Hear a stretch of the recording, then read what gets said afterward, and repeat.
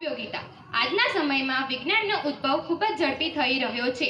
વીજળી એ વિજ્ઞાનની સૌથી મોટી સિદ્ધિ છે, જેનાથી આપણે અનેક પ્રકારના સુખ સગવડના સાધનોનો ઉપયોગ કરી શકીએ છીએ, જેમ કે આગગાડી, મોટર અને વિમાનના માધ્યમથી આપણે ઝડપથી મુસાફરી કરી શકીએ છીએ. તાર, ટેલિફોન અને ફેક્સના માધ્યમથી આપણે સંદેશાની ઝડપથી આપ-લે કરી શકીએ છીએ. ટેલિવિઝન અને રેડિયોના માધ્યમથી આપણે સંદેશાને ઝડપથી જાણી શકીએ છીએ. ટેલિવિઝન એ મનોરંજન અને માહિતી મેળવવાનું ઉત્તમ ઉદાહરણ છે.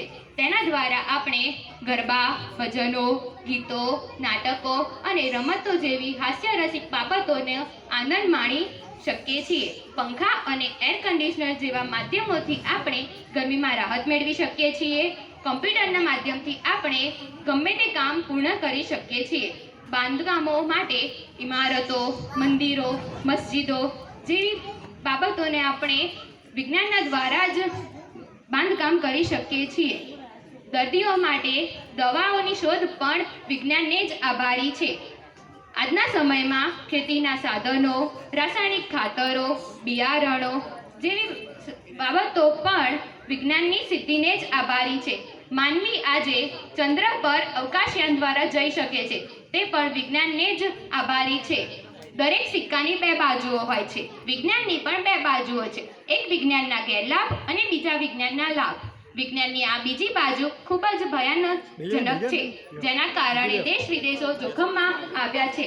વાહનોની શોધને કારણે આજના સમયમાં અકસ્માતો અને ધ્વનિ પ્રદૂષણ ખૂબ જ ઝડપી વધી રહ્યું છે, જેના કારણે લોકોને સમસ્યાઓનો સામનો કરવો પડે છે. વિજ્ઞાનની આ સિદ્ધિ ખૂબ જ ભયાનક છે. આજના સમયમાં દેશો વચ્ચે યુદ્ધો ચાલી રહ્યા છે, જેમાં પરમાણુનો ઉપયોગ થઈ રહ્યો છે.